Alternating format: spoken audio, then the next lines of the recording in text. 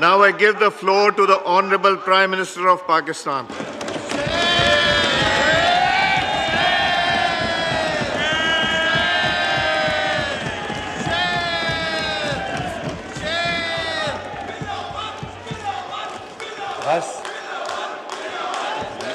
बस हो गया, काफी हो गया, अभी बहुत मौके आएंगे, प्लीज।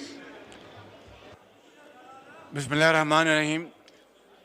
जनाब स्पीकर, अल्लाह ताला के लिए तमाम हम्द व सना और तारीफ़ है। अल्लाह ताला का बेपाया फजल व करम है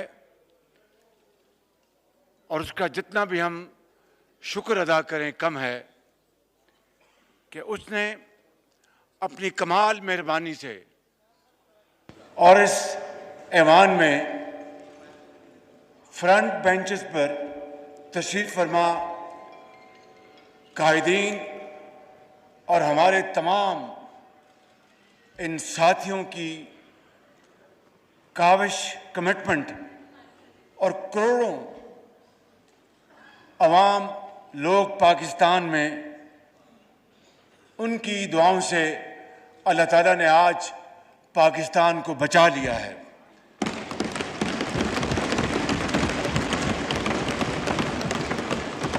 और जनाब स्पीकर, ये तारीख में पहला मौका है कि वोट ऑफ नो कॉन्फिडेंस की मोशन कामयाब हुई और हक की कामयाबी हुई और बातिल को शिकस्त हुई। मैं समझता हूं जनाब स्पीकर, आज के दिन पूरी पाकिस्तान की कौम के लिए एक अजीम दिन है कि इस ऐवान ने एक सिलेक्टेड वज़ीर आज़म, झुर्रू की पैदावार वज़ीर आज़म को आइन और कानून के ज़रिए अपने घर का रास्ता बताया है।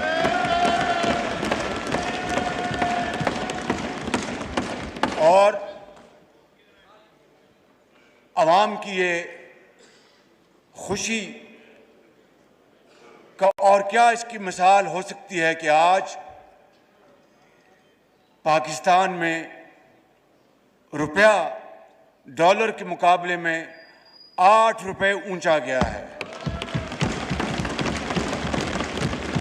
190 से वापस 182 पे आया है। तो ये 8 रुपए कम हुए हैं। जो शख्स ये कहता था कि रुपया 1 रुपया भी ऊपर जाए तो वज़ीर आज़म करप्ट होता है, ये 8 रुपए नीचे गया है। तो इसको आप क्या कहेंगे? मासवाए अल्लाह ताला का बेपाया फजल करम और पाकिस्तान के 22 करोड़ अवाम का इस ऐवान पर भरपूर एतबार और एतमाद। जनाब स्पीकर, जनाब स्पीकर, मैं सुप्रीम कोर्ट ऑफ पाकिस्तान को अपनी तरफ से और पूरे इस ऐवान की तरफ से मुबारकबाद पेश करता हूं कि उन्होंने आइन शिकनी को कलअदम करार दिया और उन्होंने नज़रिया ज़रूरत को हमेशा के लिए दफन कर दिया और आइंदा के लिए भी अब कोई नज़रिया ज़रूरत का सहारा नहीं ले सकेगा। मैं समझता हूं कि हमें इस हवाले से वो दिन जब अदालत उज़्मा ने ये यूनानिमस फैसला दिया, उस दिन को पाकिस्तान की तारीख में आइन की सरबुलंदी और पार्लियामान की सरबुलंदी का दिन हमेशा मनाना चाहिए और उसको यादगार दिन तस्वर करना चाहिए। जनाब स्पीकर, आज भी आपने देखा और पिछले एक हफ्ते से ये ड्रामा चल रहा था और कितनी ढिठाई के साथ झूठ के ऊपर झूठ बोला जा रहा था कि पता नहीं कौन सा खत आया, कहाँ से आया, और उसमें उसके अभी तक कल भी यहाँ पर डिप्टी स्पीकर साहब ने ने कल भी वो ख़त लहराया और कहा कि ये ले ली, परसों जी ये ले लीजिए, और सेक्रेटरी साहब को कहा कि ये लीडर ऑफ द ऑपोजिशन को दिखा दें। ना मैंने वो ख़त देखा अभी तक, ना मुझे किसी ने दिखाया। ये है वो ड्रामा और झूठ और फ्रॉड जो इस ऐवान के साथ नहीं बल्कि पूरी कौम के साथ किया जा रहा है। इस हवाले से जनाब स्पीकर, मैं समझता हूँ कि दूध का दूध और पानी का पानी हो जाना चाहिए।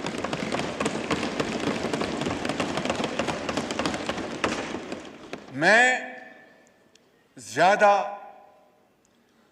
पीछे नहीं जाना चाहता। हकीकत यह है कि मेरी, वैसे तो हम मिलते रहते हैं, लेकिन इस हवाले से पीपल्स पार्टी के ज़ोमा जनाब आसिफ जरदारी और चेयरमैन बिलावल भुट्टो साहब की मेरी मुलाकात मार्च के अवाइल में होती है।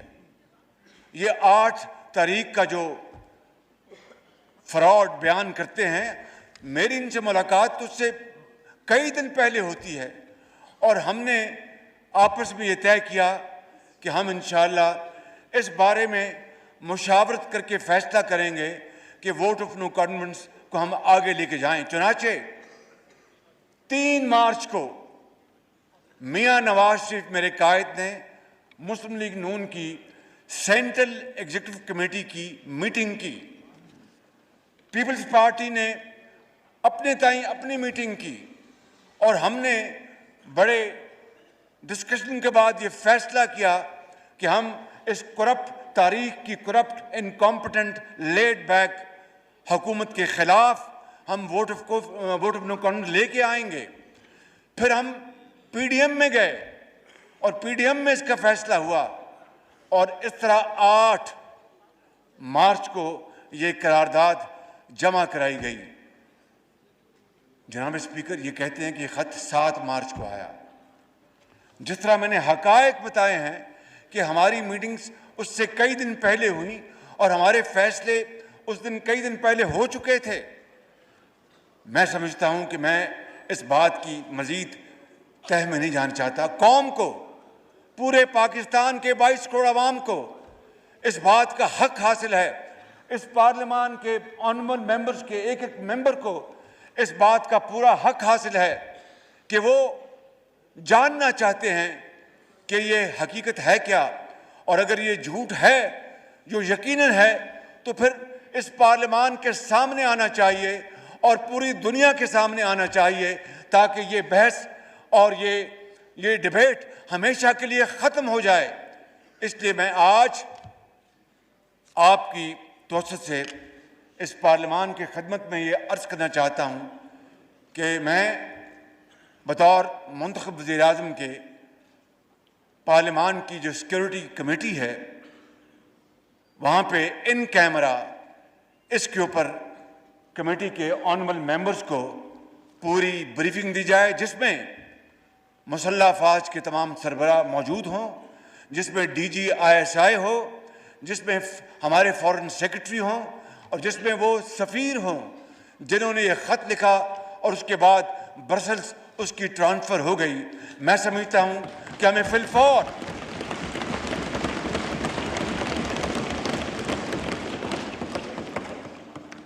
हमें इसमें कतअन देर नहीं करनी चाहिए, ताकि पूरी कौम को पता चले।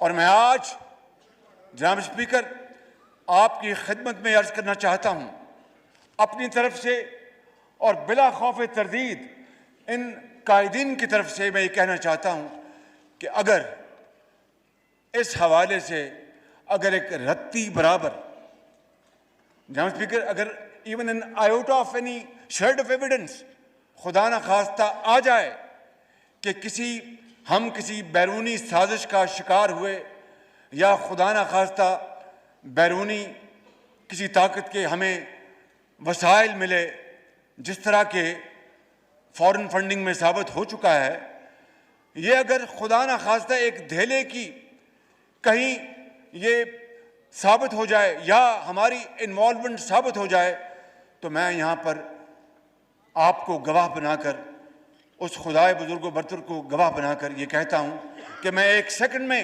वजारत उज़्मा से इस्तीफ़ा देकर घर चला जाऊँगा। जनाब स्पीकर,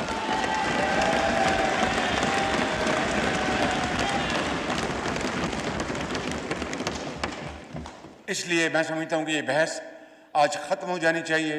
मैं इंशाअल्लाह पहली फुर्सत में इन कैमरा सेशन का मैं इंतज़ाम करा के जनाब को मैं इतला करूँगा। जनाब स्पीकर, मैं एक मरतबा फिर अपने जुमला कायदीन का मैं शुक्रिया अदा करता हूँ, तमाम इत्तेहादी पार्टीज़ का शुक्रिया अदा करता हूँ, तमाम बाज़मीर अरकान का शुक्रिया अदा करता हूँ और मैं अपने कायद मियाँ मोहम्मद नवाज शरीफ को सलाम पेश करता हूँ कि जिन्होंने इस सारे मामले में मेरी मुकम्मल रहनुमाई फरमाई। और जनाब स्पीकर, बिलाशुबा हमें इस मौके के ऊपर हमें ज़राए अबलाग, सोशल मीडिया, तमाम सहाफ़ती इदारों, तंजीमों, प्रेस क्लब्स और सिविल सोसाइटी के उन आइन परस्तों, खौफ और लालच से बेनियाज उन अफराद को, उन जमातों को मैं समझता हूँ कि उनका भी हमें दिल की अथाह गहराइयों से उनका शुक्रिया अदा करना चाहिए कि उन्होंने इस बार इस वक्त आइन और कानून का पूरा साथ दिया और ये जमहूरी अमल को आगे बढ़ने में पूरी मदद की। इस हवाले से मैं समझता हूँ कि मुल्क भर की वकला बरादरी, Pakistan bar council, supreme court bar association समेत तमाम बार्स का हम दिल की गहराइयों से शुक्रिया अदा करते हैं कि वो हमारे इस बैटल में हरावल दस्ता थे और उन्हें हर जगह हमारी उन्होंने पूरी तरह रहनुमाई की। और जब मौका मिला तो फिर वो सुप्रीम कोर्ट में आज ख़ुद उन्होंने पिटिशन दाखिल की, सुप्रीम कोर्ट ने ख़ुद सो मोटो एक्शन लिया। लिहाजा मैं पूरे मुल्क में कि तूलो अर्ज़ में फैले हुए लाखों वकला हजरात का मैं अपनी तरफ से और अपने कायदीन की तरफ से मैं शुक्रिया अदा करना चाहता हूँ। जनाब स्पीकर, मैं आता हूँ बड़े अहम मौजू के ऊपर। मैंने ये कई मरतबा कहा कि कर्ज की ज़िंदगी कोई ज़िंदगी नहीं। ज़िंदगी वही है इंसान जो ख़ुद शबाना रोज़ मेहनत करके खून पसीना बहाए और ख़ुद अपने पाँव पे खड़ा हो। यही पैगाम अल्लाह ताला ने हमें कुरान करीम में दिया, यही सबक हमें नबी करीम सल्लल्लाहु अलैहि वसल्लम ने उसवा हसना से हमें दिया और यही कायद और इकबाल का पैगाम है। इसके अलावा कोई सर उठा के गलियों और मोहल्लों में चल नहीं सकता। अगर हमने ज़िंदा रहना है तो एक बावकार और ख़ुद मुख्तार कौम की तरह रहना है। इसके बग़ैर हम अपना खोया हुआ मुकाम हासिल नहीं कर सकते। जनाब स्पीकर, मैंने ये अर्ज़ करना है कि बेशक इन 4 सालों में ये तमाम साथी, ये जोमा इनकी बेटियां, हमारी बहनें बेटियां जो यहाँ बैठी हैं और ये सब यहाँ पर लोग जिन्होंने जेलें अपना बर्दाश्त की और झूठे मुकदमात यानी चर्च और भंग जैसे झूठे मुकदमात बनाए गए। बताइए, क्या कोई सोच सकता था कि खुदादाद मुल्क पाकिस्तान में इस तरह की जुल्म और ज़्यादती और चीरादस्ती होगी? मगर ये हुआ और किसकी नाक के नीचे हुआ, किसकी हुकूमत के नीचे हुआ जो कहता था कि मैं एक नया पाकिस्तान लेके आऊँगा जहाँ पर इंसाफ का बोलबाला होगा। जनाब स्पीकर, मैं समझता हूँ कि आज हमें हर लिहाज से इस कौम का एहतराम करना होगा और उनका मुहाफ़िज़ बनना होगा। ना कोई गद्दार है और ना कोई गद्दार था। जनाब स्पीकर,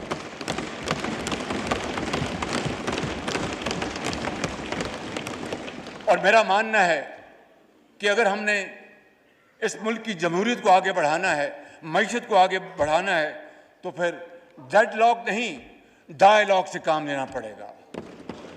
फिर जनाब स्पीकर,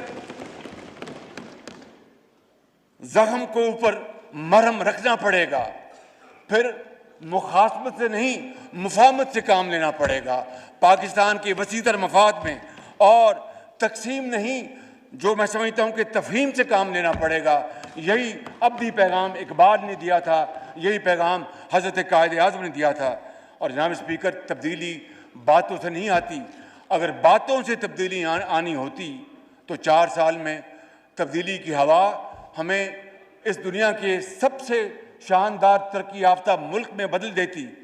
खुदा जाने ये कैसी तब्दीली की हवा चली कि हर चीज़ बर्बाद होकर रह गई, मईशत तबाह हो गई, माशरा तबाह हो गया और माशरे के अंदर जहर घोल दिया गया, जिसको मैं आपको अर्ज करता हूँ जनाब स्पीकर, अब साल लग जाएंगे उस जहर आलूदा पानी को साफ करने के लिए, कई साल लग जाएंगे और वो इसके बगैर नहीं होगा कि हम में आपस में इत्तेफाक और इत्तेहाद होगा तो हम दोबारा इस मुल्क को उसके असल मंजिल की तरफ हम लेके जाएंगे।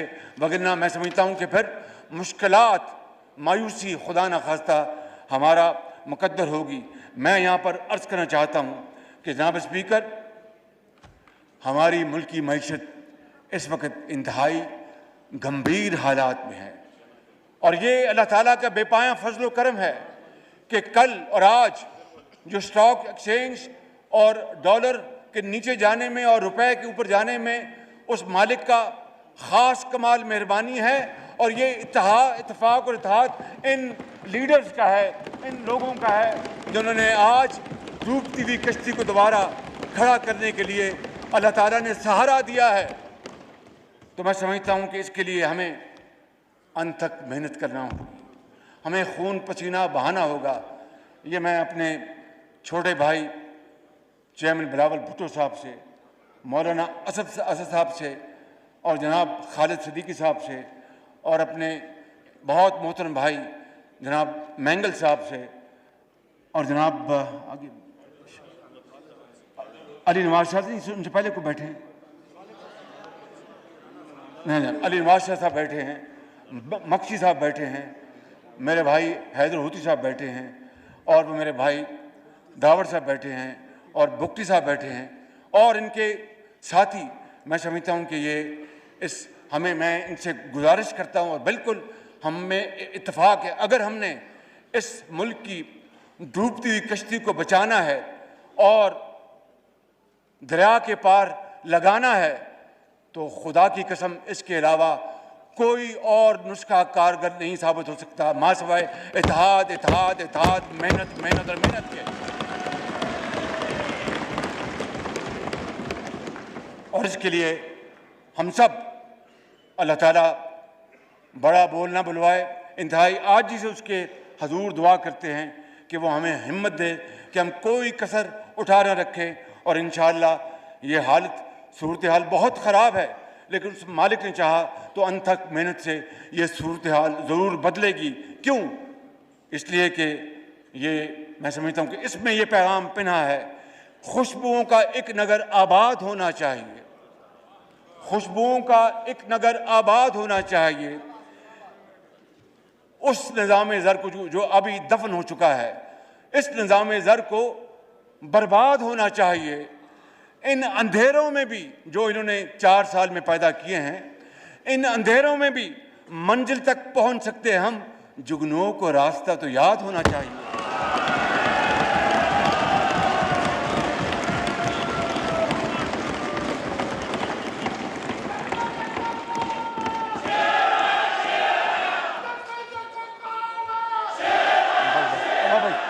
भाई बस भाई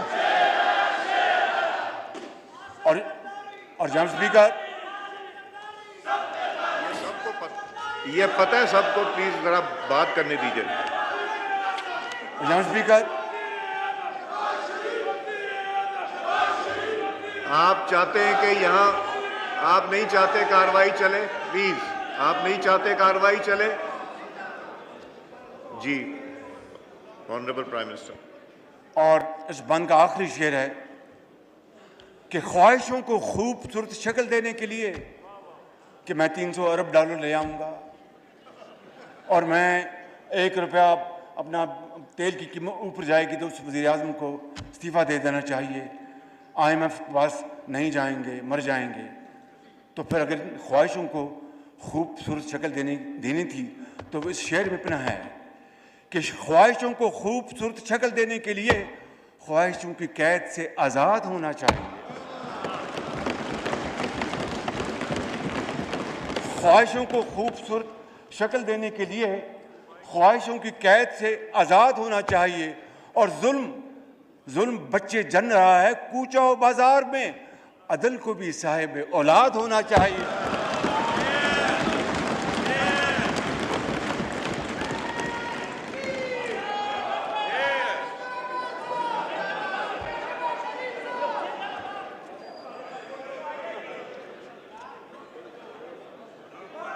जी, क्या फरमाया आपने? आपने कुछ फरमाया? आपने जी आपने कुछ फरमाया? आपने नहीं नहीं, अच्छा। आप बात कीजिए। जनाब स्पीकर, आपको याद है कि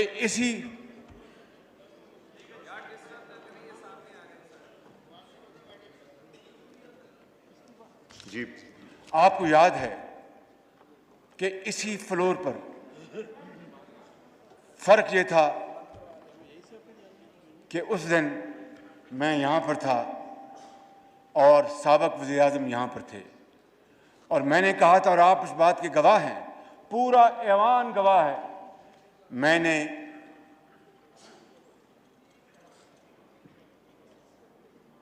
जी प्लीज। मैंने मिसाके मईशत की पेशकश की थी, बड़ी सोच समझ के, मगर उसका जो हश्र हुआ जनाब स्पीकर, मैं उसके बारे में कुछ नहीं कहना चाहता। और मैं ये कहना चाहता हूँ कि अगर उसको पाया हकारत से ना ठुकराया जाता तो आज पाकिस्तान की मईशत का इतना बुरा हाल ना होता। और फिर उससे अगले साल फिर मैंने दोबारा मिसाके मईशत की पेशकश की, उसका भी हशर नशर वही हुआ जो मैंने एक साल पहले किया था। और जनाब स्पीकर, मैं आपको बिला खौफ तरदीद कहना चाहता हूँ, जो कहते हैं कि ज़रा नम हो तो ये मट्टी बड़ी जरखेज़ है साकी, अगर इनमें जज्बा होता, अगर इनमें पाकिस्तानियत का जोश होता, और अगर ये जोम में और अपने एक एरोगेंस में ना होते तो उस पेशकश को कबूल करते तो आज क्रेडिट इनको मिलता, पाकिस्तान आगे जा रहा होता, और आज लाखों लोग आज बेरोजगारी के कुएं में धकेले ना जा रहे होते। बहरहाल वो जनाब स्पीकर वक्त गुजर गया, मगर मैं आज आपको ये बताना चाहता हूँ कि इस वक्त पाकिस्तान किन हालात से दो चार है। जनाब स्पीकर, दिल पर आप दिल थाम लीजिएगा, क्योंकि ये फैक्ट्स हैं, मैं इनको नहीं छुपा सकता। कौम को ये फैक्ट्स मुझे आज बताने हैं। पाकिस्तान बदकिस्मती से रवां माली साल में तारीख का सबसे बड़ा बजट खसारा करने जा रहा है, बजट डेफिसिट। अंदाज़ा कीजिए, 74 साल तारीख में सबसे बड़ा बजट डेफिसिट होने वाला है। तारीख का सबसे बड़ा तजारती खसारा यानी ट्रेड डेफिसिट होने वाला है। और जो करंट अकाउंट, जिसको जारी खातों को उर्दू में कहते हैं, बदकिस्मती से करंट अकाउंट डेफिसिट भी तारीख का सबसे बड़ा खुदा न खास्ता होने जा रहा है। महंगाई अपने अरूज पर है, 60 लाख लोग बेरोजगार हो चुके हैं और 2 करोड़ लोग खते इफलास से नीचे धकेले जा चुके हैं, और 1 करोड़ 35